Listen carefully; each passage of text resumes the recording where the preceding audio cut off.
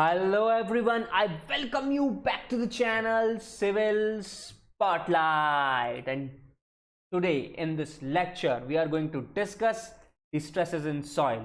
इसमें हम बात करने वाले हैं टोटल स्ट्रेस, इफेक्टिव स्ट्रेस और न्यूट्रल प्रेशर के बारे में।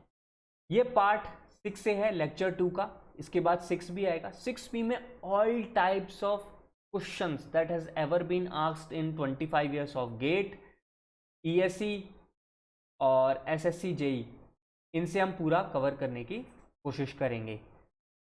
तो before beginning the lecture, this is all about me. I am here to guide you for the competitive exam. और अगर चैनल को सब्सक्राइब नहीं किया तो कर लो यार, वेट क्यों कर रहे हो?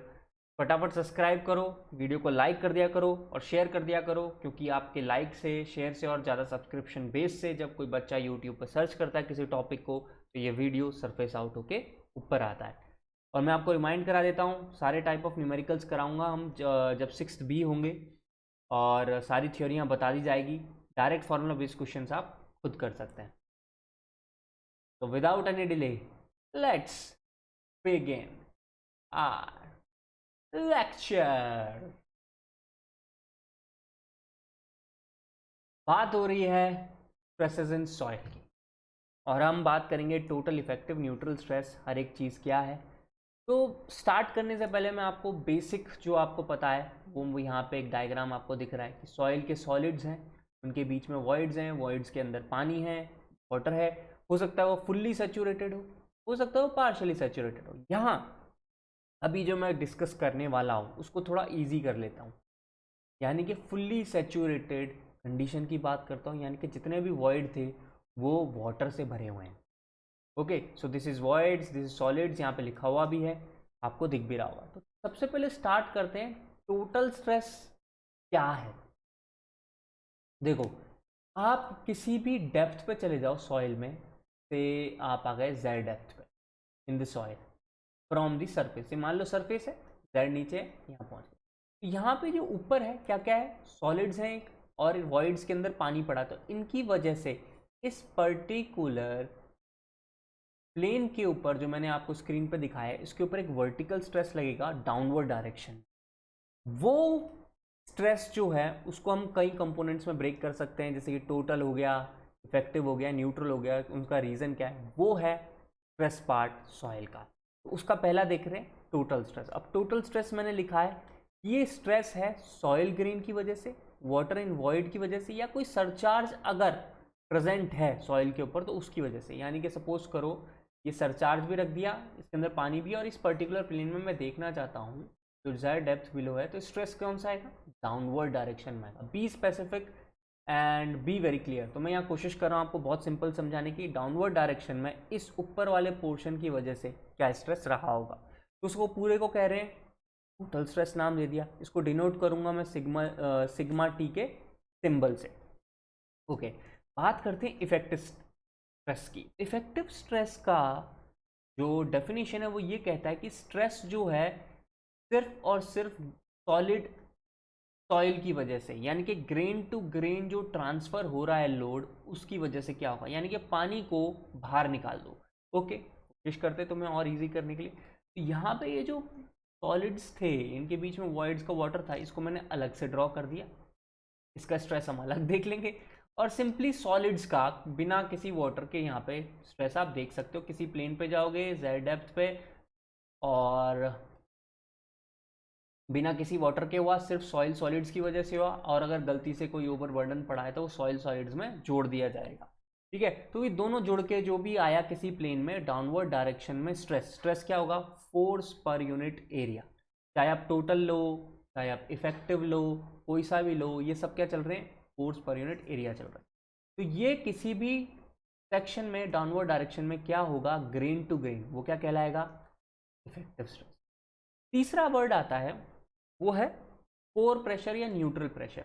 अब ये क्या है, ऑब्वियसली आपको टोटल में पता था सॉइल सॉलिड्स, वाटर का इफेक्ट, तो और सरचार्ज अगर है तो वो सॉइल ग्रेन में जुड़ चुका है, ये आपको पता चल गया। तो बचा क्या, पानी। तो वाटर की वजह से जो भी स्ट्रेस आएगा किसी भी प्लेन पर, उसे क्या कहेंगे, पोर प्रेशर या न्यूट्रल प्रेशर। को डिनोट करते हैं हम सिंबल यू से। ये रहा वो वाटर। अब किसी भी सेक्शन पर चले जाऊँगा, जेड पे मैंने बोला था, इसके ऊपर इस प्लेन के नीचे क्या स्ट्रेस रहा होगा, वो कहलाएगा पोर प्रेशर। बहुत ही सिंपल लॉजिक पे इन्होंने बात की है कि जो पोर प्रेशर है ना, ये क्या होगा। इसने कहा कि अगर आप एच हाइट जा रहे हो उस प्लेन सेक्शन से ऊपर, या कहूँ एच हाइट नीचे जा रहे हो फ्रॉम दी सरफेस, पानी के सरफेस पॉइंट से, तो वो एच इंटू गामा डब्ल्यू। अब आप ध्यान से सोचना, मैंने जब आपको पढ़ाया था यूनिट वेट, तो मैंने आपको कहा था बेटा ये density into acceleration due to gravity है। बेसिकली आप ये जो देख रहे हो, ये प्रेशर है किसी डेप्थ एच पे वाटर का। आपको याद होगा पानी के अंदर होता है रो जी एच, यही तो मैंने आपको कहा है कि प्रेशर होता है यार ये रो जी एच। मैंने क्या आपने पढ़ा भी है, आर्किमिडीज सब कुछ करके आप यहीं पहुंच जाते हो, pressure is equals to rho g h. कुछ भी नहीं है, ये रो और जी को मिला के इसने गामा कर दिया, क्योंकि पानी का था तो बोलता है गामा डब्ल्यू ले लो और एच डेप्थ ले लो। तो किसी भी यहाँ पे, क्योंकि मैंने एच यूज़ कर लिया तो मैं एच यूज़ करता हूँ आप लोगों के लिए समझाने, किसी भी height h above the plane, इस एच के ऊपर वाला जो वाटर का मास है, इसकी वजह से क्या प्रेशर बन रहा होगा, वो बनेगा आपको पता है रो जी एच। रो जी बन गया गामा डब्ल्यू, क्योंकि ये डेंसिटी ऑफ वाटर है, इंटू एच। तो यू जो मिलेगा आपको डायरेक्टली किससे कर मल्टीप्लाई करना है, height and unit weight of water. Simple, clear हो गया है। अब आप दोनों को लिंक कर सकते हो। टोटल ने बोला कि भाई सॉइल ग्रीन प्लस पानी का इफेक्ट, तो एक पानी का इफेक्ट अलग से देखा हुआ है और एक सॉइल का इफेक्ट ग्रीन अलग से लिखा हुआ है, तो दोनों को जोड़ दो। तो total stress is basically effective stress plus pore water pressure और न्यूट्रल प्रेशर। तो एक इम्पॉर्टेंट कंसेप्ट और बचा हुआ है जो मैंने ऑब्वियसली नोट करके आपके लिए अंडरलाइन कर दिया है, वो ये है कि वॉइड्स जो होते हैं ना सॉइल के अंदर, वो चेंज होते हैं, तो उसको किस टाइप की स्ट्रेस में काउंट करोगे आप। ऑब्वियसली टोटल स्ट्रेस में तो करोगे क्योंकि वो टोटल है। मैं उसके अलावा थोड़ा इंडिविजुअल लेवल पे अगर आप सब कैटेगराइज करें तो किस में देखोगे, आप देखोगे ये जो वॉइड का चेंज है ना, ये काउंट करेंगे हम इफेक्टिव स्ट्रेस की वजह से। हम साफ बोलेंगे इसका मेन रीज़न है इफेक्टिव स्ट्रेस, ना कि कोई पोर प्रेशर। पानी की वजह से ये अज्यूम करा हुआ है हमने साफ साफ कि वाटर की वजह से जो पोर्स के अंदर हैं उनकी वजह से कोई वॉइड में चेंज नहीं होता है। सिर्फ और सिर्फ जो वॉइड्स के अंदर चेंज है ना, वो है इफेक्टिव स्ट्रेस की वजह से। इफेक्टिव स्ट्रेस मतलब जो सिर्फ और सिर्फ सॉइल टू सॉइल कांटेक्ट की वजह से हो रहा है। आप देखो कैसे, अगर सपोज करो यहाँ बहुत ज़्यादा लोड लगा देते हो, तो इस सॉइल ग्रेन से इस सॉइल ग्रेन पे जा रहा था, इनके बीच में कुछ वॉइड था, तो ज़्यादा स्ट्रेस होने के कारण ऊपर जो इसके ऊपर ओवरबर्डन की वजह से लगेगा, ये दोनों के बीच में जो वॉइड्स है ना, दो सॉइल ग्रेन के बीच में कम हो जाएगा। हम ये नहीं कह रहे कि वाटर की वजह से होगा, वो किस वजह से होगा, सिर्फ और सिर्फ अप्लाइड स्ट्रेस की वजह से। और वो applied stress soil to soil grain पे ट्रांसफर हो रहा है। और सॉइल टू सॉइल ग्रेन की बात करूंगा तो एक स्पेसिफिक डेफिनेशन दे दी गई है, वो डिफाइन करती है इफेक्टिव स्ट्रेस। आई होप मैंने ये पॉइंट बहुत अच्छे से क्लियर किया है। बच्चे छोटी मोटी चीज़ों में कंफ्यूज आते हैं, मैं बहुत अच्छे से बताना चाहता हूँ कि बेटा ये पोर प्रेशर का कोई लेना देना नहीं, ये जो चुपचाप वॉइड के अंदर पड़ा हुआ पानी है, तो कोई लेना देना नहीं है। तुम बढ़ो तो ठीक, कम दे दोगे तो ठीक, मैं तो उसी के अंदर फिट हो जाऊंगा। इतना मतलब सिंपल सोबर डेफिनेशन है इसकी। इसी डेफिनेशन की वजह से, इसी अजम्पशन की वजह से कि वॉइड जो चेंज हो रहा है वो सिर्फ स्ट्रेस की वजह से हो रहा है, उसमें पानी का कोई इन्वॉल्वमेंट नहीं है, इसलिए कई बार ये जो पोर प्रेशर है वो दूसरे नेम से भी कहा गया है, वो है न्यूट्रल प्रेशर। वेरी इंपॉर्टेंट, पूछ लिया गया है एक बार एक एग्जाम में, मैंने देखा था कि why the pore pressure is also termed as neutral pressure, because the water in the pores has no effect on changing the voids in the soil। साफ साफ पोर्शन यहाँ पे भी मैंने लिख दिया है, इसलिए इसको कहते हैं न्यूट्रल प्रेशर। एक और इम्पॉर्टेंट पॉइंट ये है जो आगे आप चल के पढ़ोगे और चैप्टर्स हैं, जैसे कि consolidation, settlement, bearing capacity, share stress, इन सब में सबसे ज़्यादा इंपॉर्टेंट क्या है, इन सब में सबसे ज़्यादा इंपॉर्टेंट है इफेक्टिव स्ट्रेस, जिसे अपन ने यहाँ पे सिग्मा बार से डिनोट किया।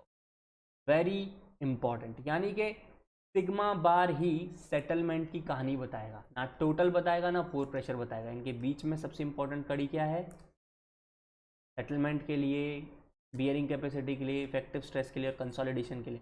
Effective stress. चलो अब देखते हैं कुछ केसेस जो डिफरेंट डिफरेंट न्यूमेरिकल से इंस्पायर्ड हैं। पहले मैंने सोचा एक केसेस डिस्कस कर लेता हूँ और उसके बाद जो लेक्चर बनाऊंगा उसमें न्यूमेरिकल डिस्कस करने में बहुत आसानी होगी। एक सिंपल सा एग्जांपल ले रहा हूँ कि ग्राउंड वाटर टेबल ग्राउंड के अंदर है और जो ऊपर का पोर्शन है वो ऑब्वियसली ड्राई होगा, आपको स्क्रीन पे ड्राई लिखा हुआ दिख भी रहा होगा, और इसके नीचे क्योंकि ग्राउंड वाटर टेबल है तो सैचुरेटेड होगा, तो इसको कह देते हैं Z2 और ऊपर वाले को Z1। और मैंने इस प्लेन को नाम दे दिया, जैसे कि ये ऊपर वाला टॉप प्लेन तो 0, इसको 1, इसको 2। ओके, तो हम देखना चाहते हैं कि किस पॉइंट पे कैसा स्ट्रेस रहा होगा, यहाँ पे और यहाँ पे। तो 0 वाले प्लेन पे तो ऑब्वियसली देखो इस प्लेन के ऊपर कोई भी सॉइल है, वाटर है, कुछ नहीं है, तो टोटल स्ट्रेस, इफेक्टिव स्ट्रेस और पोर प्रेशर 0 बिल्कुल, क्योंकि मैंने आपको बताया जो प्लेन ले रहे हैं उसके ऊपर क्या वर्टिकल स्ट्रेस है उसको कैलकुलेट करने की हम कोशिश कर रहे हैं। चलो 1 पॉइंट पे आते हैं, यानी कि 1 वाले प्लेन पे आते हैं। इसके ऊपर क्या वर्टिकल स्ट्रेस होगा, सबसे पहले टोटल की नज़र से देखते हैं। टोटल भैया को सिग्मा टी 1 से मैंने यहाँ डिनोट कर दिया है 1 प्लेन पर। अगर आप टोटल की नज़र से देखना शुरू करोगे तो आप ये पाओगे यार इसके ऊपर तो ड्राई सॉइल है, ये ड्राई सॉइल का जो स्ट्रेस होगा वही तो इस 1 प्लेन पर ट्रांसफर होना चाहिए, तो Z1 हाइट में। बिल्कुल जी, गामा ड्राई इंटू Z1 हो गया, ये न्यूटन पर मीटर स्क्वायर या न्यूटन पर mm स्क्वायर या जो भी पर न्यूटन पर डायमेंशन का स्क्वायर रहेगा। ओके, यहाँ आ गई बात समझ में। अब यहाँ से पहले ऊपर वॉइड्स तो ड्राई है तो वाटर होगा उसके अंदर, नहीं वाटर नहीं, तो पोर प्रेशर क्या हो गया भैया 0। ठीक है यार, अब इफेक्टिव स्ट्रेस क्या होगा, ग्रेन टू ग्रेन ट्रांसफर, यही बोला बाय डेफिनेशन। तो यहाँ तो सब कुछ ड्राई है तो इसका मतलब जो पीयूष टोटल का रहा होगा वही रहा होगा। हाँ यार, तुम ऐसे देखना चाहो ऐसे देख लो, बट मैं तुमसे कहूँगा फिलहाल तुम फर्स्ट टाइम लर्न कर रहे हो तो ऐसे लर्न करो कि जो अपना फॉर्मूला था ये रहा, sigma T is equals to sigma bar plus unit के effective stress plus pore pressure. Effective stress is equals to total stress minus pore pressure. Plane कौन सा है 1, तो ये सब 1 प्लेन की बात मैं कर रहा हूँ। तो 1 प्लेन पे टोटल में से माइनस कर देते हैं, यू तो 0 था, तो जो आपका 1 था टोटल प्रेशर वाला वही की वही इफेक्टिव स्ट्रेस बन गया प्लेन के ऊपर, इफेक्टिव स्ट्रेस प्लेन 1 के ऊपर। ठीक है, ये बात समझ में आई। इसका मतलब ये है कि आप सॉइल टू सॉइल देखो एक बार, और मैथमेटिकली बस मैं ये इसलिए करवा रहा हूँ क्योंकि आगे जब आप चल के कॉम्प्लेक्सिटीज़ बढ़ेंगी ना तो आप आसानी से कैलकुलेशन कर पाओ, तो इस चीज़ की आदत शुरू से ही डालो तो अच्छा रहेगा। अब साथ में क्या है, मैंने ग्राफ भी प्लॉट करने की यहाँ पे कोशिश की है बड़ी इंटरेस्टिंगली। यहाँ देखो मैंने लिखता भी चला हूँ, एट 1 था, आपको पता है यार यहाँ टोटल और ये जो है ये दोनों एक ही जैसे हैं इस टाइम, तो मैंने तो स्लैश करके लिख दिया। तो गामा ड्राई इंटू Z1 यहाँ पहुँचा है। देखो एक बात ध्यान रखना, ये क्या है, ये है ग्राफिकल रिप्रेजेंटेशन, यानी कि इस डेप्थ पे जाऊंगा तो वर्टिकल स्ट्रेस क्या होगा उसको इंसान ने अपनी समझ के लिए ग्राफ में प्लॉट किया। तो यहाँ पे जो विड्थ दिख रही है ना ये बढ़ती जा रही है, ये बता रहा है कि जितना मैं नीचे जाते जाऊंगा उतनी ही विड्थ बढ़ती चली जाएगी। ऑब्वियसली नीचे वाटर है, फॉर एग्जांपल सोचने की आप सोच सकते हो कि ड्राई होती तो ऐसे विड्थ कंटिन्यूसली बढ़ती रहती। तो मैं यहाँ पे इस पर्टिकुलर पॉइंट में कह सकता हूँ गामा ड्राई इंटू Z1 है, ये ग्राफिकल रिप्रेजेंटेशन है वर्टिकल स्ट्रेस का बिलो दैट पर्टिकुलर प्लेन। अब आ जाते हैं प्लेन नंबर 2 पे। प्लेन नंबर 2 के ऊपर एक ड्राई सॉइल है, एक सैचुरेटेड सॉइल है, तो टोटल भैया क्या बोलेगा, टोटल बोलेगा ये ड्राई वाला पोर्शन नीचे पहुंचा दे यार प्लेन नंबर 2 पे, और साथ में जो सैचुरेटेड सॉइल का जो नया बनेगा वो भी स्ट्रेस पहुंचा दे, दोनों को जोड़ के दिखा दे। मैं भी यही करता हूँ, सिंपल, बहुत सिंपल लैंग्वेज में और बहुत ही सिंपल वे में जो बोला है वही लिखूंगा। ये क्या होगा, गामा ड्राई इंटू Z1, इसका स्ट्रेस यहाँ आ गया। अब मेरे को प्लेन नंबर 2 पे जाना है, मैं एक काम करता हूँ इसी स्ट्रेस को पहले प्लेन नंबर 2 पे प्रोजेक्ट कर देता हूँ। ठीक है, ग्राफिकली भी समझाते जा रहा हूँ मैं आपको मैथ्स के साथ साथ, तो वही काम मैंने कर दिया। ये देखो ये उठाया, इसको बिल्कुल as it is same as it is, क्योंकि ये है नीचे हमें स्ट्रेस चाहिए, जो स्ट्रेस यहाँ रहा होगा वो भी तो नीचे आया होगा, तो वो लिख दिया गामा ड्राई Z1, और ये बिल्कुल यहाँ आ गया प्लेन नंबर 2 पे। साथ में जो ये पानी वाला जो सैचुरेटेड पोर्शन है, इसका अपना एक स्ट्रेस वेरिएशन होगा, उसको अपन ऐड कर लेते हैं। तो देखो मैंने यहाँ ऐड कर लिया। अब मैंने आपको कहा, क्या कहा, ये टोटल की बात हो रही है। टोटल को क्या समझ में आता है, मेरे को कुछ नहीं समझ में आता, सब कुछ जोड़ के दे दो, यानी कि वाटर का इफेक्ट और सॉइल सॉलिड्स का इफेक्ट जोड़ के दे दो। ठीक है भाई, जोड़ देते हैं। दोनों को जोड़ोगे तो क्या हो जाएगा, गामा सैचुरेटेड। गामा सैचुरेटेड में दोनों चीज़ आ जाती हैं, सॉलिड्स भी आ जाएगा और अंदर का पड़ा हुआ कोर्स में पानी भी आ गया, है कि नहीं। गामा सैचुरेटेड बहुत इंटरेस्टिंग चीज़। तो गामा सैचुरेटेड इनटू ये जो डेप्थ थी Z2, उससे मल्टीप्लाई कर दूंगा। पता लग रहा है Z2 की वैल्यू 0 है तो बिल्कुल है, और Z2 की वैल्यू हम बढ़ा रहे हैं तो वो लीनियरली वेरी कर रहा है, आगे ना। तो हमने इन दोनों को जोड़ के, मतलब मल्टीप्लाई करके, जोड़ना गलत बोल रहा हूँ, मल्टीप्लाई करके यहाँ पे रिप्रेजेंट कर दिया एज अ ग्राफ। अब आपको बुक्स में ये कई बार कैसे दिखाएंगे, ये लोग दिखाएंगे ऐसे। मैंने समझाने के लिए आपको डैश डैश डैश यूज़ किया, वो बुक्स में आप ऐसे दिखाएंगे, बोलेंगे यहाँ, और थोड़ा सा एक स्लोप में चेंज कर देंगे, और इस तरीके से आपको बुक्स में दिखा मिलेगा टोटल स्ट्रेस। बट उसका रियल रीज़न क्या है, ऐसा क्यों हुआ, वो मैं आपको अच्छे से यहाँ पे समझाना चाह रहा हूँ। अच्छा, ये बात हो गई पीयूष यार 2 पे तूने ये बता तो दिया। अब 2 पे पोर प्रेशर का भी तो चेंज होगा। वो पोर प्रेशर क्या है, वो पोर प्रेशर देख लेते हैं। मैंने तुम्हें कहा था पोर प्रेशर निकालने के लिए unit weight of water to be multiplied with the depth. वही काम कर रहे हैं। यहाँ पे वाटर का होगा, इससे ऊपर तो कुछ है नहीं, जीरो है, कोई मतलब नहीं, नीचे होगा। ठीक है, नीचे क्या होगा, गामा डब्ल्यू इंटू Z2। ये भी देखो लीनियरली वेरी कर रहा है, Z2 जैसे वेरी करता जाएगा ये भी करता जाएगा, तो दोनों जोड़ डालो। ये देखो यू मैंने ये बना दिया, इससे पहले कुछ नहीं था। जहाँ ये ग्राउंड वाटर टेबल आया तो लाइन खींच के लाया हूँ, वहाँ से देखो गामा डब्ल्यू Z2 हो गया, बिल्कुल सही। अब मेरे को इफेक्टिव स्ट्रेस निकालना है। Effective stress on plane number 2, वो क्या होता है, due to soil grains only. पानी का इफेक्ट हटा दो तो टोटल में से पानी का इफेक्ट माइनस कर देता हूँ, सबसे बढ़िया। तो गामा ड्राई Z1 था, गामा सैचुरेटेड Z2 था, उसमें से गामा डब्ल्यू Z2 मैंने माइनस कर दिया। आपको ये वाला पोर्शन तो ऐसे लिख दिया, और आपको पता होगा gamma saturated minus gamma W क्या होता है, गामा सबमर्ज्ड। तो गामा सबमर्ज, जिसको मैं कई बार गामा डैश या गामा सब दोनों लिख देता हूँ, मैं तो दोनों ही लिख देता हूँ, कन्फ्यूजन ही ना रहे आपको, हमेशा से पता अगर आप मेरे लेक्चर्स फॉलो कर रहे हो तो गामा सबमर्ज्ड इनटू Z2 हो गया। सबमर्ज्ड क्या होता था कि भाई पानी का इफेक्ट जो बॉयंसी वाले अपन माइनस कर देते थे सैचुरेटेड से, यानी कि वाटर में जो वॉइड्स के अंदर पानी होगा उसका इफेक्ट अपने आप लेके अपन ने माइनस कर दिया। समझ में आ रही है बात। तो गामा सबमर्ज्ड है ये, यहाँ पे ये वाला तो एज इट इज आ जाएगा क्योंकि इससे ऊपर ड्राई था, मैंने ऐसे बना लिया। और गामा सबमर्ज्ड इनटू Z2, अब बुक्स में आपको कैसे मिलेगा, बुक्स में आपको ऐसे दिखाएंगे, कैसे जाएगा, और इसकी स्लोप थोड़ी सी अंदर की ओर कर देंगे। यहाँ पे आपको दिख नहीं रही होगी ऑब्वियसली, मैंने कंटिन्यूस बनाने की कोशिश नहीं की है, बट बुक्स में आपको ऐसे ही मिलेगी, ऐसे स्लोप। यहाँ पे टोटल की स्लोप क्या करेंगे, उसको बढ़ा देंगे, और इसकी स्लोप को यूँ घटा के ऐसे नीचे कर देंगे। तो ये है इफेक्टिव स्ट्रेस प्लेन नंबर 2 पे। आई होप मैंने बहुत सिंपल वर्ड्स में आप लोगों को ये बात क्लियर कर दी हो कि कैसे इफेक्टिव स्ट्रेस, टोटल स्ट्रेस और पोर प्रेशर निकाला जाता है। सिमिलरली अब केस नंबर 2 लेते हैं कि वाटर टेबल सरफेस पे आ गई है। अगेन दो प्लेन ले लो, 0 और 1, और डेप्थ ले लो 1। अब पानी के बिलो जितनी भी सॉइल होगी वो तो हो गई सैचुरेटेड, ठीक है। 0 प्लेन पे सब कुछ 0 है, रख दिया।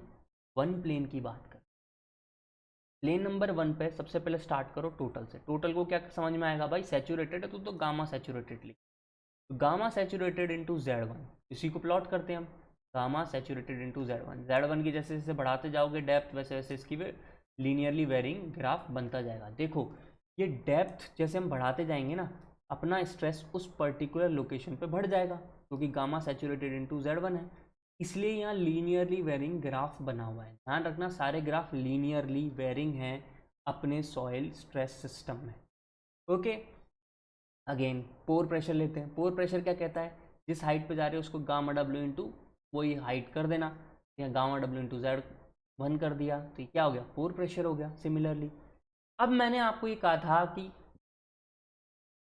टोटल निकालना चाहते हो, सॉरी इफेक्टिव निकालना चाहते हो तो टोटल में से पोर प्रेशर माइनस कर दो प्लेन 1 का, हमें तो इस प्लेन पे निकालना है तो वही करा, दिस माइनस दिस, तो again gamma saturated minus gamma W into Z1 हो गया, gamma saturated minus gamma W is gamma submerged into Z1 is my this thing. तो कई बार आपको समझना है तो ग्राफिकली मैंने समझाने की कोशिश की यहाँ पे कि ये total is equal to sum of pore pressure plus,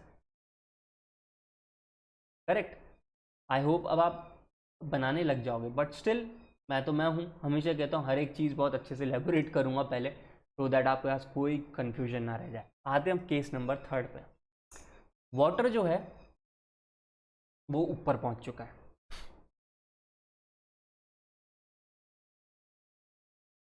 surface के ऊपर आ गया है, तब क्या होगा? तो मैंने बहुत अच्छे से अगेन प्लेन्स डिफाइन कर दिए, zeroth plane, first plane and second plane.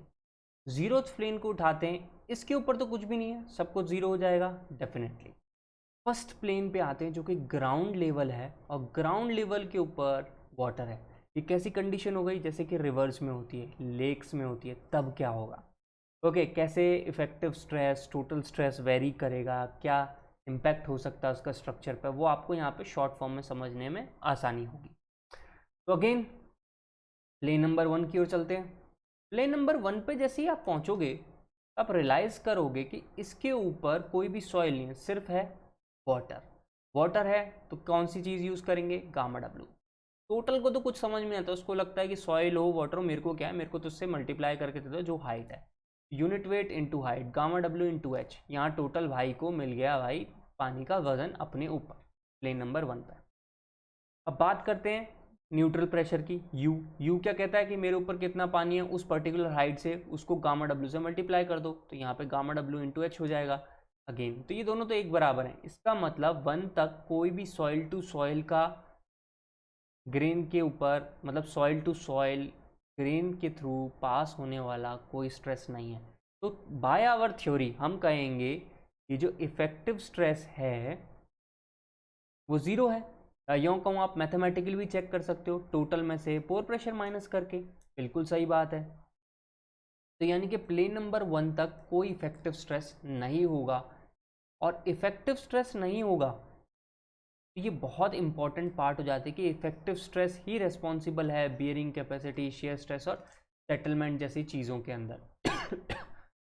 वो बड़ा ही एक इम्पॉर्टेंट कंसेप्ट आपको यहाँ पे देखने को मिल रहा है by the definition that has been invented by human beings. Okay, so आगे की ओर भी हम देखते हैं कि प्लेन नंबर 2 के ऊपर क्या हो रहा है। अब प्लेन नंबर 2 पे चलते हैं यार, आ जाओ प्लेन नंबर 2 पे। तो ये एट 2 है, तो ये ग्राफिकल रिप्रेजेंटेशन है और इसकी मैथमेटिकल कैलकुलेशन भी होगी, ये रही। तो सबसे पहले मैं आपको याद दिला देता हूँ, 2 के ऊपर एक ग्राउंड लेवल है, ग्राउंड लेवल के ऊपर वाटर है, तो 2 को क्या समझ में आएगा? 2 बोलेगा टोटल के अंदर ये जो ऊपर का पानी है इसका स्ट्रेस मुझ तक ट्रांसफ़र कर दे, प्लस जो ये वाला एरिया है इसकी वजह से जो भी स्ट्रेस आएगा वो मुझ तक ट्रांसफ़र कर दे। टोटल को तो यही समझ में आ रहा है, तो यही करा अपन ने, ये गामा डब्ल्यू इंटू एच इस पोर्शन का, और ये है सैचुरेटेड सॉइल, तो गामा सैचुरेटेड इंटू जेड, तो gamma W into H plus gamma saturated into Z कर दिया। U2 की बात करें यानी कि pore pressure at this point, इसको तो ये समझ में आ रहा है यहाँ से यहाँ तक पूरा पानी ही पड़ा रहेगा। ये क्या बोलेगा? H प्लस जेड की डेप्थ है, इसको गामा डब्ल्यू से मल्टीप्लाई कर दो, ये काम कर दिया। ध्यान रखना है वाटर था, प्लस वाटर जो पोर्स में था उसको मैंने बता दिया, वो कैसा मानेंगे? फ्री वाटर पड़ा हुआ मानेंगे, हाइड्रोस्टैटिक वाला कंसेप्ट लगाएंगे और प्रेशर निकालेंगे किसी भी डेप्थ पे जहाँ पे हमें निकालना है। अब इसके अंदर से टोटल में से पोर प्रेशर माइनस कर दो, आपको इफेक्टिव प्रेशर या स्ट्रेस मिलेगा कि नहीं? बिल्कुल। तो माइनस करते हैं, गामा डब्ल्यू इंटू एच लिखा plus gamma saturated into Z minus gamma W into H in minus, ये आपस में कट गए। इसने सीधा बता दिया कि आप जो है ये gamma saturated minus gamma W, जिसे आप गामा सबमर्ज कहते आए हो, वो लिखो इंटू जेड, यानी कि effective stress at any depth Z below is because of only soil grains, और सॉइल ग्रेन्स लेना है इसलिए क्या लेना पड़ जाएगा मुझे? गामा सबमर्ज्ड, पानी का इफेक्ट हटा दो सैचुरेटेड में से, सिंपल हिसाब हो गया। तो किसी भी डेप्थ पर चले जाओ, अगर पानी का लेवल कल को ऊपर नीचे हो रहा है ना, तो मेरे इफेक्टिव स्ट्रेस पे प्लेन नंबर 2 पे कोई फर्क नहीं पड़ेगा। इसका मैथमेटिकल प्रूफ भी हो गया और ये आपको समझ में भी आ गया, क्योंकि यहाँ पे देखो एच का कोई लेना देना ही नहीं है, कहीं पे भी एच 0 होता रहे, 10 होता रहे, 20 होता रहे, मुझे क्या लेना देना। इसी चीज पे कई बार क्वेश्चन आ चुके हैं और ये कंसेप्ट भी है। It means the fluctuation of water above surface level has no effect on effective stress, और इफेक्टिव स्ट्रेस पे कोई इफेक्ट नहीं है। इसका मतलब settlement, shear stress, bearing capacity, इस पे भी इफेक्ट डायरेक्टली इफेक्टिव स्ट्रेस पे देखने को नहीं मिलेगा। इफेक्टिव स्ट्रेस की बात कर रहा हूँ, बाद में जब पढ़ोगे ना कंसोलिडेशन वगैरह, दूसरे तरीके होते हैं जिनकी वजह से सेटलमेंट हो रहा है, जिसकी वजह से इफेक्ट हो रहा है, वो अलग चीज़ है। बट सिंपल जो सेटलमेंट हम इफेक्टिव स्ट्रेस वाले की बात कर रहे हैं, वो वाला देखने को नहीं मिलेगा। पर इसका मतलब ये नहीं कि पानी ऊपर नीचे नहीं हो रहा है तो सर आप कह रहे हो कि सेटलमेंट होगा ही नहीं, होगा, पर उसका कंसेप्ट दूसरा है, वो हम देखेंगे आगे के चैप्टर्स में। ये ध्यान रखना, इफेक्टिव स्ट्रेस भी एक इंपॉर्टेंट रोल प्ले करता है सेटलमेंट की एनालिसिस में, शियर स्ट्रेस की एनालिसिस में, कंसोलिडेशंस में, उनको समझने में। उसके अलावा और भी कंसेप्ट हैं जो उन चैप्टरों में ही आपको पता चलेंगे आगे चल के। तो सिर्फ इसी को हार्ड एंड फास्ट रूल मत बनाओ, सिर्फ बस मैं समझाना चाहता हूँ कि कैसे इफेक्ट हो रहा होगा। ओके, तो एक और केस ले लेते हैं जिसे हम कहते हैं सरचार्ज का केस। सरचार्ज के केस में दो पोर्शन में से ब्रेक किया गया, शॉर्ट टर्म एनालिसिस और लॉन्ग टर्म एनालिसिस। तो शॉर्ट टर्म एनालिसिस से पहले क्या हो रहा है, क्यों है, क्या है, उसके लिए मैंने एक पहले यहाँ तुम्हारे लिए डायग्राम बनाया। मैंने कहा सरचार्ज, सरचार्ज मतलब लोड, ये लोड है सॉइल के ऊपर। सॉइल के ऊपर कोई भी लोड है जो कि सैचुरेटेड है। सैचुरेटेड का मतलब यहाँ देखो वाटर का लेवल ग्राउंड लेवल तक मैंने कर दिया है, फॉर ईजीनेस कह लो या समझाने के लिए कह लो, कुछ भी कह लो। तो इसके अंदर क्या है कि जो जेड डेप्थ तक आपको सॉइल मिलेगी वो सैचुरेटेड मिलेगी, इसे हम कह देंगे गामा सैचुरेटेड। ये क्यू हो गया, क्यू किलो न्यूटन पर मीटर स्क्वायर, यानी कि लोड दे दिया है पर मीटर स्क्वायर में, और ये वाटर की लेवल है बिल्कुल सरफेस पर। अब हम बात करते हैं short term analysis. Short term analysis क्या है? शॉर्ट टर्म एनालिसिस कहती है कि ये जो इफेक्ट है ना, ये बहुत ही छोटे पीरियड के लिए है, और इसके अंदर जैसे ही आप ऊपर से ओवरबर्डन स्ट्रेस लगाओगे, जैसे आपको दिख भी रहा है यहाँ पे, ये ओवरबर्डन स्ट्रेस है गिरा, जैसे ही आपने इसको सॉइल पे लगाया ना, तो सबसे पहले जो वाटर प्रेजेंट है ना पोर्स के अंदर, जिसको मैं यहाँ डैश डैश से डिनोट कर रहा हूँ, और ये स्फेरिकल जैसा बना रहा हूँ, ये सॉइल सॉलिड्स हैं, तो इनके बीच में जो वाटर है ये इनिशियली सारा की सारा स्ट्रेस ले लेगा। यही बात मैंने यहाँ लिखी हुई है, और बहुत ही छोटे पीरियड टाइम के लिए होगा। जैसे ही ओवरबर्डन लगाया, सारा की सारा स्ट्रेस कहाँ चला गया इंस्टेंटेनियसली, सॉइल ग्रेन पे जाने की बजाय पहले जो वाटर प्रेजेंट है, जो कि ज़्यादा फ्लोएबल है, उसके ऊपर आ जाएगा। अब आप सोच रहे होंगे यार, इसका मतलब आप ये कहना चाहते हो ये जो क्यू है ये वाटर के ऊपर एक प्रेशर लगा रहा होगा? मैं कहूँगा हाँ, आप बिल्कुल इसको इसी तरीके से समझ सकते हो। ये जो क्यू है किलो न्यूटन पर मीटर स्क्वायर, ये डायरेक्टली शॉर्ट टर्म के अंदर आप अज्यूम कर सकते हो कि सॉइल ग्रेन पे ना जाके किस पे जा रहा है, सिर्फ और सिर्फ वाटर के ऊपर अप्लाई हो रहा है। तो आप इसको अज्यूम कर सकते हो एक वाटर का कंटेनर में पड़ा है ऑफ हाइट h, ये पानी है, इसके ऊपर आपने क्यू लगा दिया। अब बताओ वाटर के ऊपर क्या प्रेशर होगा? आप कहोगे यार मैं पीजोमीटर डालूंगा और जो पानी जहाँ तक चढ़ गया वो इंटू गामा डब्ल्यू कर दूंगा, क्योंकि आपने तो यही कंसेप्ट बताया। बिल्कुल, क्योंकि हमने जो प्रेशर लगाया है ना, इसकी वजह से कोई ना कोई, अगर आप पीजोमीटर डालोगे तो वाटर ऊपर चढ़ेगा। ये फ्लूइड मैकेनिक्स में पढ़ोगे, अगर मैंने पढ़ाई तो मैं आगे और भी अच्छे से समझाऊंगा, बट शॉर्ट में आपको याद दिला देना चाहता हूँ कि पीजोमीटर लगाओगे तो हाइट h तक पानी बढ़ जाएगा बिकॉज ऑफ प्रेशर q। तो ये q और h के अंदर रिलेशन देखना हो तो q is equals to gamma W into H होगा।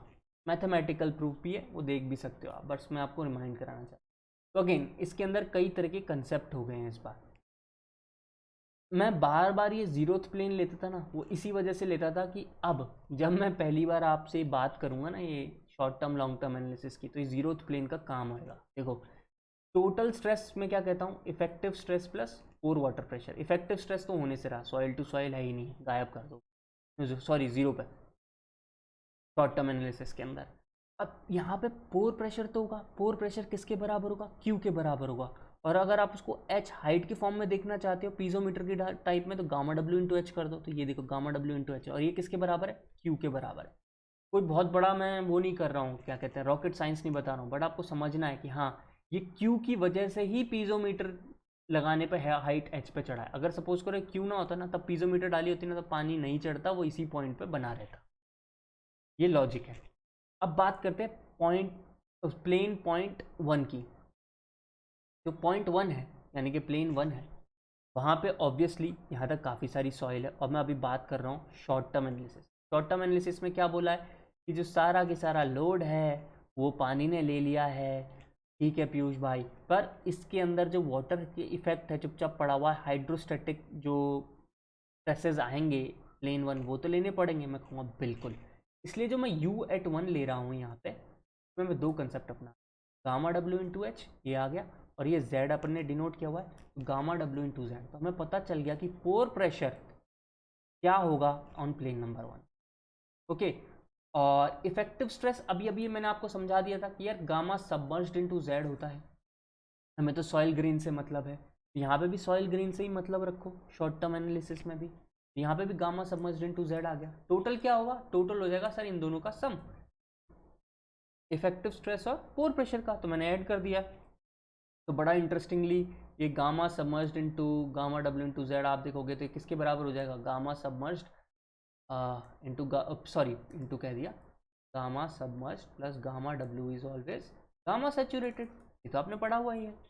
तो टोटल स्ट्रेस किसी प्लेन वन पे क्या हो जाएगा, gamma W into Z H plus gamma saturated into, ये अब आप यहाँ से देख भी सकते हो भाई यहाँ पे क्या होना था।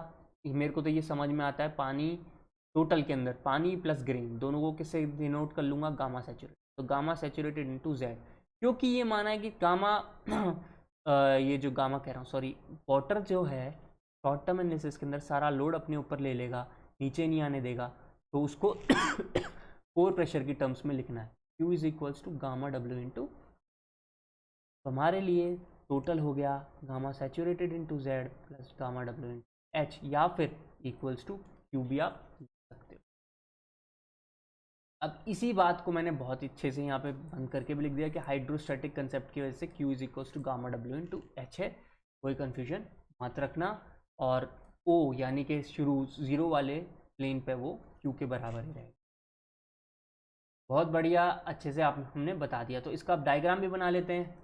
ओ पे ज़ीरो पे मेरा मतलब ऊपर सिर्फ u आएगा जो कि q के बराबर होगा, कंसेप्ट है। बट हम जब प्लेन नंबर वन की बात करते हैं तो ये वन है। यहाँ देखो सबसे पहले तो ये जो q है जो कि गामा डब्ल्यू इंटू एच के बराबर है, इसको मैं बार बार q लिख रहा हूँ आपके दिमाग में घुस जाए कि भाई ये पीजोमीटर के हिसाब से हमने बढ़ाया था, तो उस हिसाब से समझा रहा था, है तो वो gamma W into H is equals to Q ही, तो मैं उसको q भी लिख सकता हूँ ना, तो यही q लिख रहा है, यही q ओवर बर्डन था, यही कि ये देखो वन के ऊपर ट्रांसफ़र कर दिया, चाहे टोटल हो चाहे कुछ भी हो, साथ में गामा सैचुरेटेड टू जेड भी ऐड कर दिया। अब आप इसको पीजोमेट्रिक फॉर्म में गिवन हो तो ऐसे लिख लो, सिंपल क्यू की फॉर्म में गिवन हो तो ऐसे लिख लो। अब देख लिया मैंने एक बार में कोशिश की है कि आपको चाहे वो ऐसे दे दे क्वेश्चन में, चाहे अब वो ऐसे दे दे क्वेश्चन में, बात बराबर होनी है। ओके, अब हम बात करते हैं पोर प्रेशर की। पोर प्रेशर क्या करेगा sir, gamma W into H जो कि क्यू के बराबर ही है ये, तो आप चाहो क्यू भी लिख सकते हैं यहाँ पे, कोई दिक्कत नहीं है, plus gamma W into Z, क्योंकि पोर प्रेशर का जो डेफिनेशन कंसेप्ट है वो यही था, तो आ गया। टोटल में से इसको माइनस कर दो तो ये मिल जाएगा गामा सबमर्ज्ड इंटू जेड। ये कौन सा है, शॉर्ट टर्म। क्या माना था, वाटर के ऊपर लग गया सारा लोड। अब आते हैं लॉन्ग टर्म में। लॉन्ग टर्म में क्या होगा, जो वॉइड्स है ना सॉइल के, उनमें से वाटर जो है एक्सपेल आउट होना शुरू हो जाएगा, बाहर निकलना शुरू हो जाएगा। तो पानी जो होगा वो अब प्रेशर नहीं लेगा, बल्कि वो स्लोली अपना सारा प्रेशर किस पे ट्रांसफ़र कर देगा, सॉइल मॉलिक्यूल्स पर ट्रांसफ़र करना शुरू कर देगा। जो इंस्टेंटेनियसली पानी ने लिया था ना और पोर से निकलने लग गया, अब उसकी एबिलिटी नहीं रहेगी भाई कि मैं उस प्रेशर को ले पाऊँ, सिर्फ वो पोर्स के अंदर प्रेजेंट रहेगा एज अ मतलब ये समझ लो कि भरा हुआ पानी, but not as a load carrying agent. तो अब सारा के सारा जो ये लोड था क्यू, ये किस पे चला गया, सॉइल के ग्रेन्स पे चला गया। यही बात मैंने यहाँ लिखी है, due to stress water start moving out of voids. और इस पूरे फिनोमिना को जिसमें वाटर वॉइड से निकलता है उसे कहते हैं अपन कंसोलिडेशन। तो वॉइड्स होंगे, श्रिंक हो रहे होंगे, या ज़रूरी नहीं हर बार हो, पर अपन मानते कि थोड़े दूर होंगे पानी की वजह से, पर वो श्रिंक हो रहे हैं, तो सरचार्ज की वजह से शिफ्टिंग हो जाएगी और एक नया वॉइड सिस्टम मिल जाएगा, सॉइल एडजस्ट हो जाएंगे। अब सारा की सारा load soil to soil grain जा रहा है। अब मैं एनालिसिस स्टार्ट कर रहा हूँ, यानी कि जब वाटर निकल रहा था ना तब की एनालिसिस नहीं है ये। जब वाटर निकल चुका है, सारा की सारा लोड सॉइल टू सॉइल पर जा चुका है और इसके बीच में पानी अभी भी पड़ा है, बट वो लोड कैरिंग एजेंट की तरह नहीं है, चुपचाप पोर प्रेशर की तरह पड़ा हुआ है। तब क्या एनालिसिस होगी वो यहाँ नीचे देखने होगा, और यही बात हमने लिख दी है। यहाँ पे ये कंसिडर कर रहे हैं लोड कंप्लीटली शिफ्ट हो चुका है सॉइल के ग्रेन पे और वाटर जो है वो ड्रेन आउट हो चुका है लेयर से, ठीक है। बट अभी भी कुछ पानी पड़ा हुआ है, वो चुपचाप किस फॉर्म में पड़ा हुआ है, पोर प्रेशर की शक्ल पे पड़ा हुआ है। अब वो प्रेशर नहीं ले रहा है, प्रेशर कैरिंग एजेंट नहीं है। आ जाओ वापस से ओ पे देखोगे, ओ पे सिंपली क्या है, अब क्यू है। बड़ा इंटरेस्टिंग हो गया, पहले ये कौन ले रहा था, यू, यानी कि पोर प्रेशर ले रहा था। पोर प्रेशर तो रहेगा ही नहीं टॉप पॉइंट पे, कौन ले लेगा इसकी जगह लॉन्ग टर्म में, सॉइल का ग्रेन। तो देखो इफेक्टिव स्ट्रेस ही हमारे यहाँ पे डायरेक्ट क्यू किलो न्यूटन पर मीटर स्क्वायर ले लेगा, और क्यू ले लेगा, यू तो जीरो है ही, तो टोटल किसके बराबर हो गया, इफेक्टिव स्ट्रेस के बराबर हो गया। यही चीज़ देखो मैंने बहुत अच्छे से यहाँ पे लिखी हुई है, यू जीरो है, सारा स्ट्रेस लॉन्ग टर्म में कौन ले गया, इफेक्टिव स्ट्रेस के ग्रेन्स ले गए, और इन दोनों को जोड़ोगे तो ये तो टोटल मिलेगा, जोड़ दो यार, एक तो जीरो ही है तो क्यू ही बन गया, दोनों यहाँ गए। अब वन वाले पे आ जाओ, वन वाले पे मैंने आपको बताया था ये चुपचाप पोर में पानी की तरह पड़ा हुआ है, तो क्या हो जाएगा, गामा डब्ल्यू इंटू जेड हो जाएगा। अब इफेक्टिव स्ट्रेस पॉइंट वन पे क्या होगा, ये जो क्यू था ये तो नीचे की नीचे ट्रांसफर करो प्लेन वन पे, तो ये क्यू जो था ऊपर, ये देखो मैंने डैश डैश लगा के ट्रांसफर कर दिया तुरंत। साथ में ये मैंने आपको समझाया हुआ है कि बेटा ये सबमर्ज्ड हो जाता है, हमें सॉइल टू सॉइल ग्रेन से मतलब है, तो गामा सबमर्ज्ड इनटू जेड कर दिया।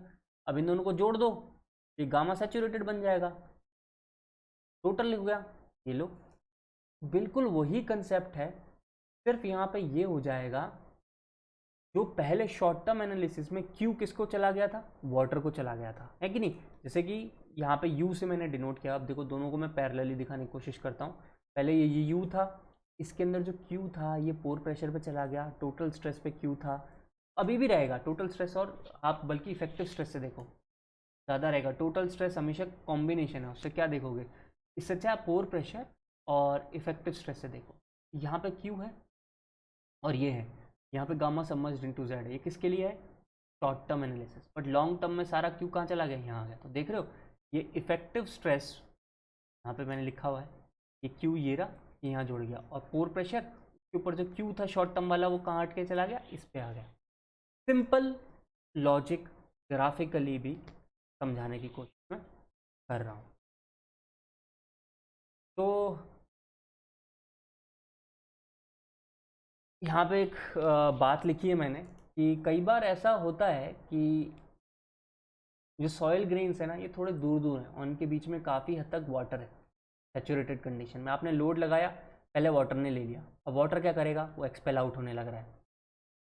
एक्सपेल आउट हो रहा है तो सॉइल के जो ये सॉलिड्स हैं ये आपस में पास पास आ रहे हैं, पास पास आ रहे हैं, तो इनके बीच का वॉइड्स कम हो रहा है, और ये जितनी ज़्यादा पास पास आएंगे तो इफेक्टिव स्ट्रेस बढ़ता चला जाएगा, क्योंकि गामा सबमर्ज्ड इनटू जेड। तो आप कह सकते हैं कि पर यूनिट वॉल्यूम में अगर ये मॉलिक्यूल्स पास पास आ रहे हैं, मॉलिक्यूल्स कह रहा हूँ सॉरी, पार्टिकल्स अगर पास पास आ रहे हैं तो डेंसिटी बढ़ेगी कि नहीं। तो इसी को आप समझ सकते हो कि इफेक्टिव स्ट्रेस क्या हो रहा है, इंक्रीज कर रहा है विद टाइम अगर वाटर एक्सपेल आउट कर रहा है फ्रॉम दी सॉइल। ऑल दो जब कंसोलिडेशन पढ़ेंगे ना ये सारा कंसेप्ट एकदम अच्छे से आपको क्लियर हो जाएगा। अभी मैं बहुत कोशिश कर रहा हूँ कि बिना उस चीज़ में घुसे हुए आपको ये चीज़ समझा सकूँ। अब लास्ट इफेक्ट कैपिलरी इफेक्ट भी हम देख लेते हैं सॉइल के अंदर। तो एक सॉइल दिख रही है आपको, इसका एक ग्राउंड लेवल है, इसमें वाटर लेवल है। कैपिलरी फ्रिंजेस हमेशा ग्राउंड वाटर टेबल से उठेंगी सॉइल के अंदर और ऊपर तक चली जाएंगी, और इसके नीचे ऑब्वियसली आपको एक सैचुरेटेड सॉइल मिलेगी। ये जहाँ तक कैपिलरी फ्रिंजेस होंगी वहाँ तक हम कह सकते हैं सॉइल जो है वो बेसिकली सैचुरेटेड है और इसके ऊपर मॉइस्ट सॉइल है। अगर मॉइस्ट सॉइल है तो मैं उसको ऑब्वियसली कहूँगा पार्शियली सैचुरेटेड, यानी कि गामा बल्क से रिप्रेजेंट करूँगा इंस्टेड ऑफ ड्राई। हो सकता है अगर क्वेश्चन में गिवन हो ड्राई है तो आप ड्राई यूज़ करें, और अगर क्वेश्चन में गिवन नहीं है तो आप मान के चलें बल्क है। अगर वहाँ पे बल्क गिवन है, गामा बल्क गिवन है, तो वो यूज़ कर सकते हैं। तो ये तो बेसिक इनपुट है जो आपको पता है, बट फिर भी मैं बताना चाह रहा था। और मैं यहाँ पे इसको भी डिनोट कर रहा हूँ कि भाई हाँ ये पार्शियली सैचुरेटेड है, ये वाला फुल्ली सैचुरेटेड है, ये वाला फुल्ली सैचुरेटेड। तो हमारे लिए जो जितना भी इस पोर्शन में आप देख रहे हैं ये हो जाएगा गामा सैचुरेटेड वाली सॉइल। तो अगेन प्लेन दे देते हैं यहाँ पे, जीरोथ प्लेन, फिर first plane ground water table वाला, फिर सेकंड प्लेन, एंड उसी बीच में जो कैपिलरी का मैक्सिमम हाइट पॉइंट है उसको ए, और बीच में एक एक्स एक्स की लाइन भी आएगी, वो मैं बना दूंगा जैसे हम एक्स वाले पॉइंट पे पहुंचेंगे। तो जीरोथ पॉइंट पे लेते हैं, कुछ भी नहीं है इसके ऊपर, सबको जीरो, तो जीरो जीरो जीरो। अब आते हैं वन पॉइंट पे। वन कहाँ पे है? ग्राउंड वाटर टेबल पे। तो इसके ऊपर टोटल स्ट्रेस क्या होगा? एक तो ये वाला इफेक्ट जो मॉइस्ट है, तो गामा बल्क इंटू Z1, ये आपको दिख ही रहा है, प्लस ये पोर्शन जिसको मैं सैचुरेटेड बोल रहा हूं इंटू Z2, क्योंकि हाइट Z2 है, ये लिख दिया गामा बल्क इंटू Z1, ये तो एज इट इज आ गया, और गामा सैचुरेटेड इंटू Z2 इस पर्टिकुलर वन नाम के प्लेन पे टोटल स्ट्रेस होगा। अब वन जो पॉइंट है इसके ऊपर कोई न्यूट्रल प्रेशर होगा क्या? नहीं। अब आप सोच रहे होंगे क्यों नहीं पीयूष यार, ये कैपिलरी फ्रिंजेस जो बनी हुई हैं इसकी वजह से जो हाइट है Z2 वाली, गामा डब्ल्यू Z2 नहीं लोगे? मैं कहूँगा नहीं, ये जो पोर प्रेशर होता है ना ये है because of presence of water, और हम मान के चल रहे हैं इस पोर प्रेशर के लिए कि ये वॉइड्स के अंदर चुपचाप पड़ा हुआ है, ये वो वाला कंसेप्ट। अब इसके अंदर क्या होता है, जो ये कैपिलरी वाला पानी है ना ये ऊपर की तरफ फ्लो कर रहा है, तो इस पर्टिकुलर रीजन में जो भी आपका कैपिलरी वाला फोर्स होगा वो अपोजिट डायरेक्शन में होगा, ऊपर की डायरेक्शन में होगा। क्यों? क्योंकि हमारा वाटर ऊपर की तरफ जा रहा है, वो सॉइल मॉलिक्यूल्स को ऊपर की ओर पुश करने की कोशिश कर रहा होगा अपने से, इस बात को समझ। जबकि ये जो वो पोर प्रेशर हम वन की बात कह रहे थे इसके नीचे, ये चुपचाप एक ही लाइन में पड़ा रहता है, अपने साथ कोई पुशिंग और पुलिंग नहीं कर रहा है। तो फिलहाल के लिए हमारा जो कंसेप्ट है वो ये रहेगा कि ये कैपिलरी फ्रिंज का इफेक्ट हम नहीं देखेंगे, और पोर प्रेशर के अंदर जब इस रीजन में आएंगे तब देखेंगे, बट इस रीजन के जैसे ही हम नीचे आ जाएंगे ग्राउंड वाटर टेबल के, या जस्ट ग्राउंड वाटर टेबल पे होंगे, तब मानेंगे पोर प्रेशर क्या है? जीरो है। ऑल्दो जब मैं यहाँ आऊँगा ना तो इसके ऊपर कैपिलरी फ्रिंज का इफेक्ट होगा, पोर प्रेशर अपोजिट डायरेक्शन में होगा, उसको भी हम देखेंगे इन डिटेल। पहले हम जो पहले जैसे करते हैं ना बिल्कुल वैसा के वैसा काम कर दो। कैपिलरी फ्रिंज का जो इफेक्ट है उसको मत देखो, कोई मतलब नहीं है। यू के ऊपर प्रॉपर पानी था, नहीं है भाई, ग्राउंड वाटर टेबल तो यही है, तो ज़ीरो, और इन दोनों को माइनस करोगे तो वही इफेक्टिव स्ट्रेस हो जाएगा। तो इफेक्टिव स्ट्रेस यहाँ पे gamma bulk into Z1 plus gamma saturated Z2। आप सोच रहे होंगे यार अभी तक तो जब भी वाटर की बात करते थे और आप इफेक्टिव स्ट्रेस की बात करते थे पीयूष, तब तो आप चीखने लग जाते थे, गामा समझ लो, गामा समझ लो। यहाँ ऐसा क्यों? यहाँ इसीलिए ऐसा कर रहे हैं, ये जो सैचुरेशन हुआ है ना ये किसकी वजह से? कैपिलरी फ्रिंजेस की वजह से। और कैपिलरी फ्रिंजेस वाला पार्ट किसी भी पॉइंट के ऊपर नीचे स्ट्रेस नहीं देगा, बल्कि मैं यहाँ पे अपने आप को सेव करके चल रहा हूँ। यहाँ पे जो सॉइल मॉलिक्यूल है ना इसको ये कैपिलरी फ्रिंज यानी कि पानी जो कैपिलरी एक्शन से ऊपर चढ़ा है ये ऊपर की ओर ही पुश कर रहा होगा। मैंने आपको लास्ट टू लास्ट लेक्चर में बहुत अच्छे से समझाया था कैपिलरी होते हैं तो क्या होता है, कैसे होता है। ये यहाँ पे आपको बहुत अच्छे से समझने को मिल रहा है कि हम यहाँ सेफ ही चल रहे हैं, बिल्कुल जैसा हमने रेगुलर पढ़ा है उसी को देख रहे हैं जब मैं प्लेन नंबर 1 की बात कर। अब झट से प्लेन नंबर 2 भी देख लेते हैं, जैसे हमने पहले पढ़ा था बिल्कुल same to same concept use करेंगे। Gamma bulk into Z1, gamma saturated Z2 और गामा सैचुरेटेड Z3। कैसे? ये देखो, ये gamma bulk Z1, gamma saturated Z2 और गामा सैचुरेटेड Z3, सबको ऐड कर देते हैं, मिल गया हमको कंसेप्ट, हो गया प्लेन नंबर 2 पे। U2 की बात करें, ये रहा प्लेन नंबर 2 पे, यहाँ पे आएगा। मैंने आपको क्या बोला, ग्राउंड वाटर टेबल तक के ऊपर जितना भी पानी है उसको हाइड्रोस्टैटिक फॉर्म में देख लो, तो गामा डब्ल्यू इंटू Z3। ये काम भी बढ़िया हो गया यार, भी लिख दिया। ऑब्वियसली आप टोटल में से पोर प्रेशर माइनस कर दोगे तो इफेक्टिव स्ट्रेस आ जाएगा, माइनस कर दिया, आ गया। तो ये वाला एज इट इज, ये वाला एज इट इज, एंड इसके अंदर से गामा डब्ल्यू माइनस होकर क्या बन जाएगा, सैचुरेटेड, गामा सैचुरेटेड Z3 हो गया। तो मैं आपको ये इसलिए बताना चाहता हूँ कि कैपिलरी फ्रिंज होने की वजह से ये मतलब मत समझ लेना ये जो पोर्स में पड़ा हुआ पानी है उसकी तरह नहीं, ये कैपिलरी फ्रिंज है अपवर्ड डायरेक्शन में, बार बार रिपीट कर रहा हूँ, तो इसका उल्टा इफेक्ट आएगा। और अभी तो हम सेफ ही चल रहे हैं क्योंकि हमने इनका उल्टा इफेक्ट तो कैलकुलेट करके जोड़ा नहीं है, तो हम ये मान के चल रहे हैं जैसे हमने पहले पढ़ा था ना कि सपोज करें कैपिलरी फ्रिंज ना होती, सिंपल एक पानी का इफेक्ट होता ग्राउंड वाटर टेबल का, ये हो गया जीरोथ प्लेन, वन प्लेन और टू प्लेन, तो बिल्कुल वही वाला कंसेप्ट आप यूज करोगे इन प्लेन्स पे स्ट्रेस निकालने के लिए। अब आपको देखना है कि किसी भी पॉइंट पे अगर हम चले जाएं कैसा वो वेरी करेगा, क्या होगा। तो देखो उसके लिए मैंने एक एक्स एक्स नाम का प्लेन रखा हुआ है, वो एक्स एक्स प्लेन अब देखो आपको मैं दिखाता हूं।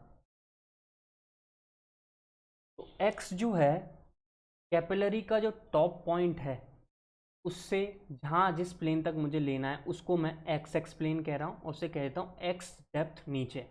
Okay, so this is X X plane जो मैंने आपको येलो कलर में, ये वैसे ग्रीन कलर में शेड करके यहाँ पे दिखाया हुआ है।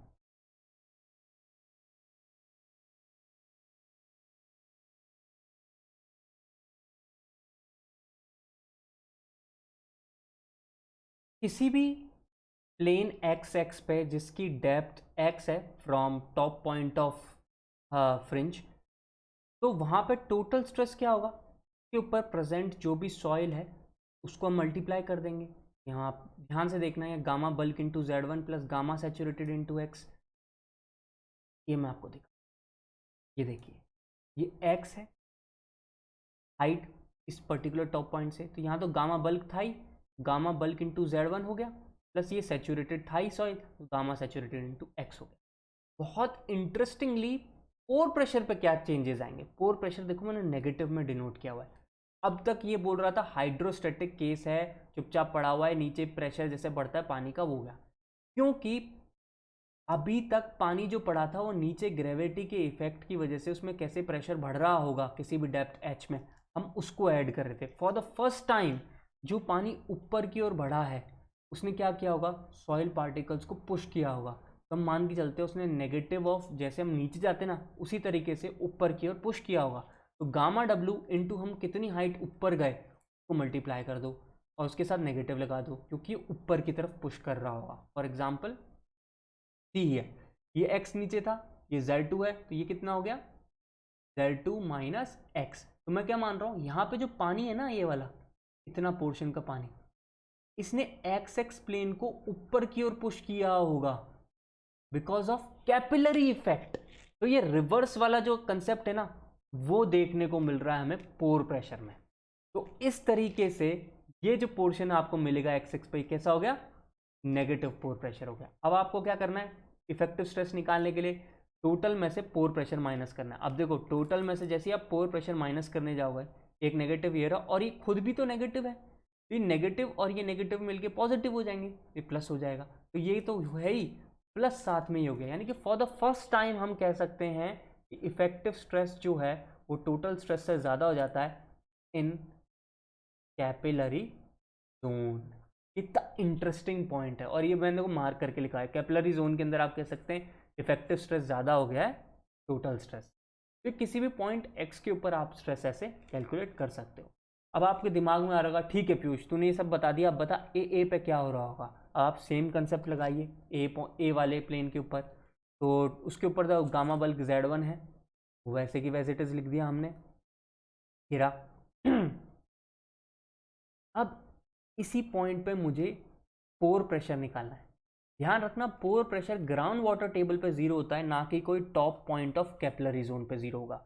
Top point of capillary zone पे तो पूरी हाइट ले लूंगा मैं, minus gamma W into Z2, और Z2 कहाँ है, ये देखो यहाँ ग्राउंड वाटर टेबल से ऊपर तक है हाइट Z2, तो पूरी हाइट ले लूंगा, यानी कि इतना जोर का प्रेशर वाटर इसके ऊपर लगा रहा होगा, इस प्लेन को ऊपर की ओर उठा रहा होगा, करेक्ट।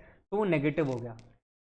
ये भी मैं आपको प्लॉट करके दिखाऊंगा। एक बार मैं पहले इफेक्टिव भी दिखा दूं। तो टोटल में से कोर प्रेशर माइनस किया तो इस बार ये दोनों ऐड हो जाएंगे, and effective stress at plane pressure is very high as compare to total stress. तो टोटल स्ट्रेस तो गामा डब्ल्यू था, उस पर कितना ऐड हो गया, गामा डब्ल्यू Z1, यानी कि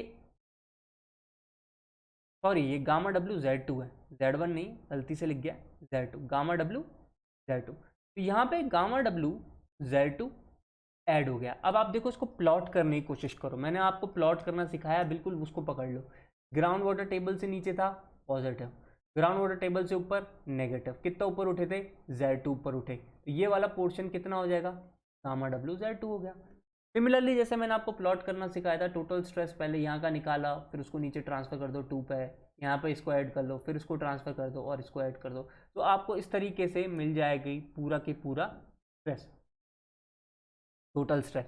सिमिलरली अगर आप जब इफेक्टिव स्ट्रेस पे आओगे ना, तो गामा बल्क Z1 ये तो आपको समझ में आ ही रहा है, साथ में मैंने देखा अभी प्रूफ करके दिखाया, गामा डब्ल्यू Z2 जो है वो एक्स्ट्रा यहाँ पे ग्राफिकली ऐसा कुछ दिखेगा आपको ऐड होने के बाद। ये बात क्लियर हो गई मैथमेटिकली भी, अब ग्राफिकली भी। ये आप जब भी बनाओगे, पहले ये बना, अब क्योंकि कैपिलरी वाले जोन में है, ये रहा कैपिलरी का जोन, तो हम कर देते हैं एक्स्ट्रा बना रहेगा, तो वो एक्स्ट्रा देखो अपने आप हो गया, एकदम झटके से खिसकवा दो गामा डब्ल्यू Z2 और उसके बाद उसको वेरी करवा दो, ये आ गया। और इसके बाद डेफिनेटली ये पूरा के पूरा नीचे ट्रांसफर होगा, और जोन सॉरी क्या कहते हैं, प्लेन नंबर 2 पे आप देखना चाहें तो पूरा स्ट्रेस प्लेन ए से फिर 1 फिर 2 सारा जैसे हम ट्रांसफ़र करते हैं ऐसा बनेगा। तो बुक्स में आपको ये कई बार ऐसे ऐसे और ऐसे करता हुआ दिखाई देगा। मेरी कोशिश थी कि आप लोगों को अच्छे से समझ में आए कि ऐसा ग्राफ क्यों बनता है। तो आई होप जो मेरा पार्ट था मैंने उसे अच्छे से क्लियर किया है और आपको क्लियरली समझ में आ गया होगा। जैसे नीचे पॉजिटिव देखते हैं, ऐसे ही यहाँ ऊपर पोर प्रेशर का नेगेटिव, और इसका नेगेटिव नेगेटिव मिलके इफेक्टिव स्ट्रेस में पॉजिटिव इफेक्ट डाल देता है, जिसकी वजह से इफेक्टिव स्ट्रेस काफ़ी हद तक कैपिलरी जोन में बढ़ा हुआ हमें दिखाई देता है। तो ये था सॉइल स्ट्रेस की पूरी थ्योरी। अब इससे रिलेटेड जितने भी हमारे पास न्यूमेरिकल बचेंगे, चाहे गेट के हों ईएससी के हों, वो हम नेक्स्ट लेक्चर में डिस्कस करेंगे। तो before living again request you subscribe कर लो चैनल को, और लाइक कर दिया करो, शेयर तो करते रहा करो, ताकि जो नीडी स्टूडेंट्स हैं उन तक ये वीडियो पहुंच सके। Thank you, signing off, God bless.